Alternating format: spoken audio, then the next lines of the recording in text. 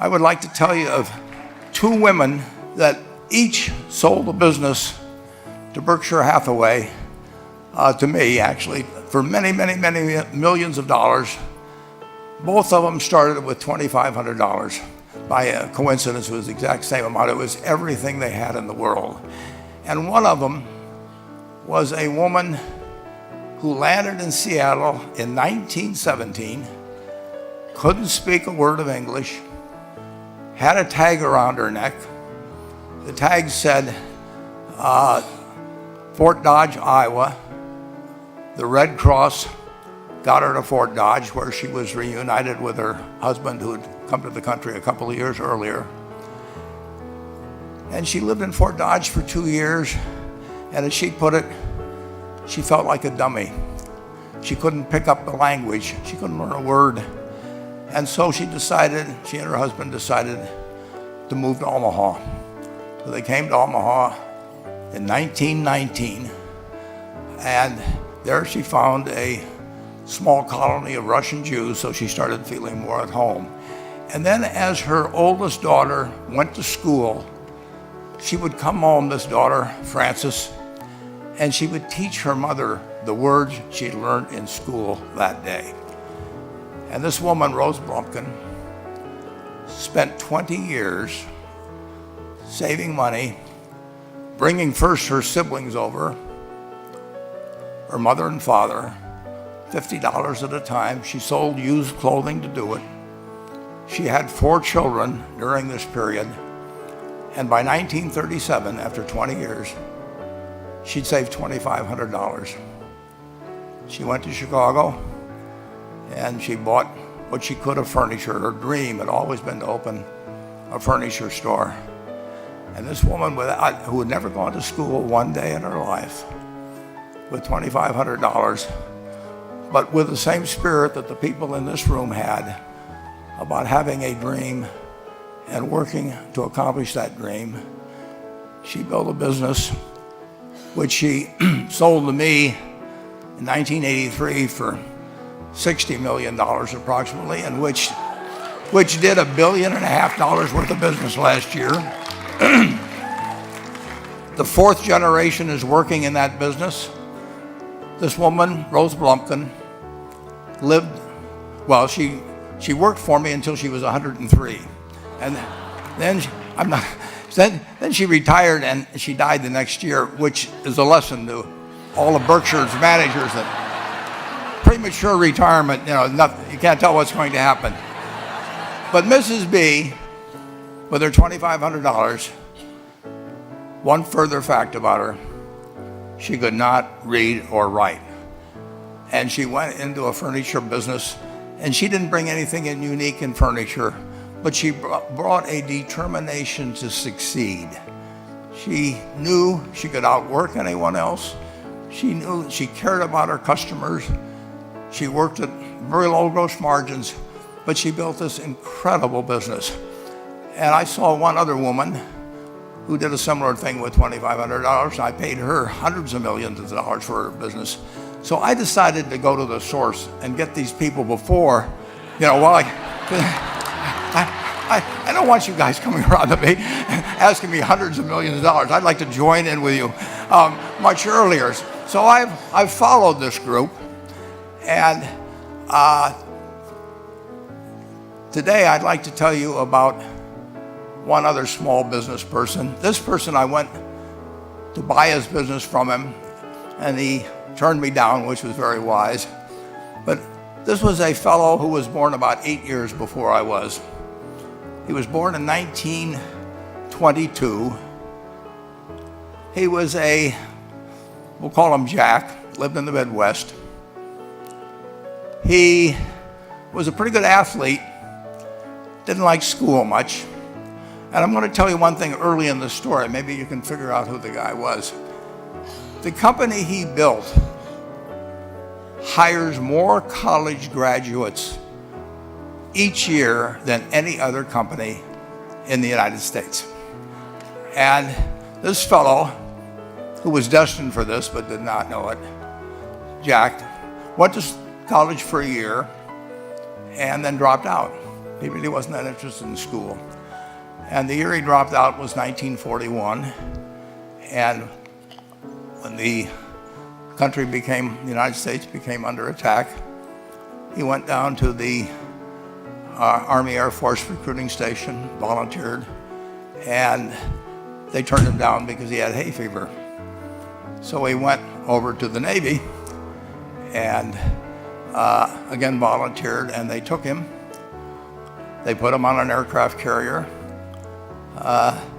He flew small flight airplanes during World War II, got 2 distinguished flying crosses from the Navy, and then he came back to the Midwest.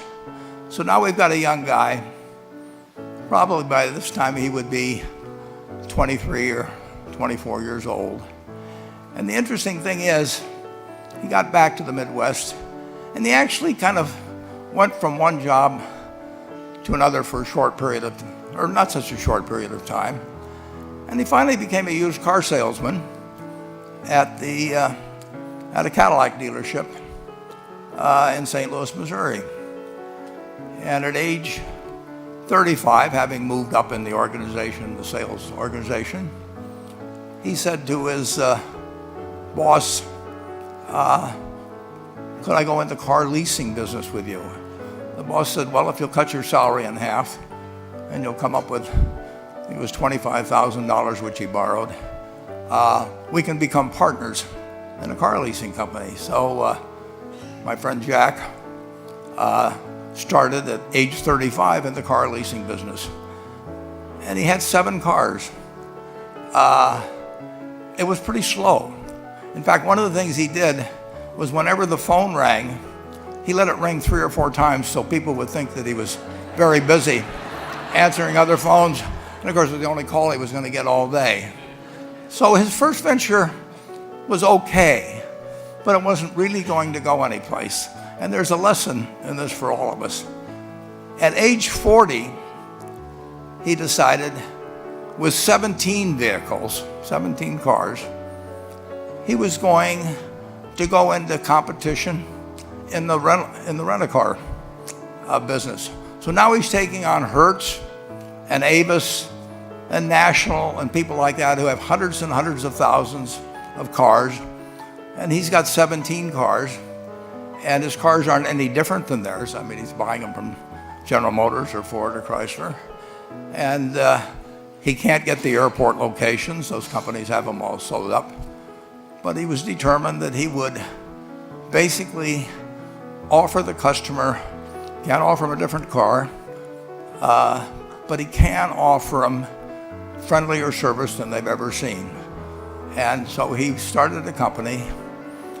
He named it after the battleship that he'd flown from in the Pacific, which was the USS Enterprise. And he died about a year and a half ago. But when he died, his rent-a-car company, starting with those 17 cars, was worth more than Hertz and Avis and all the rest of the rental cars put together. The man's name was Jack Taylor, and his son, Andy Taylor, is a good friend of mine, runs the business now. A grandchild is in the business. There'll probably be a 4th generation along the line. So this man, in the United States, he didn't invent artificial intelligence. You know, he didn't do anything that, just like Mrs. B selling furniture, I mean, that any one of us could have entered those businesses. But he lived by the creed, basically, of delighting his customers and working with people and establishing the relationship with them so that they in turn would want to delight the customers. He couldn't go out there and take care of every rental car possibility, but he learned how to project himself and his attitude toward his fellow man and his desire, to make a friend out of every customer. He managed to take very ordinary cars and turn them into this extraordinary business from virtually nothing. And it illustrates several points. One is you don't necessarily get it right exactly right the first time. I mean, the car leasing business, basically you were competing on the cost of money to finance cars, and it's very hard to delight a customer when you just give him the car and tell him to send you a monthly check for 5 years and you'll be back at that time. So his talents were being wasted basically in that business. But at the age of 40, with all of that experience behind him, he found the golden key, and he took a very ordinary business and turned it into an absolutely extraordinary operation. And just like Mrs. B or Rose Blumpkin did with furniture. And he didn't worry about whether the Federal Reserve was going to tighten or ease. He didn't worry about whether the stock market was up or down yesterday.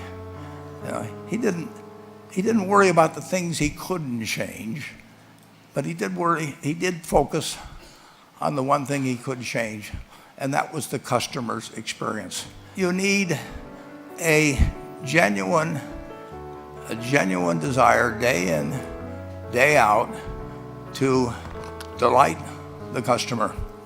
I've never seen a business, and I've seen a lot of businesses, but I've never seen one that delights the customer that doesn't succeed.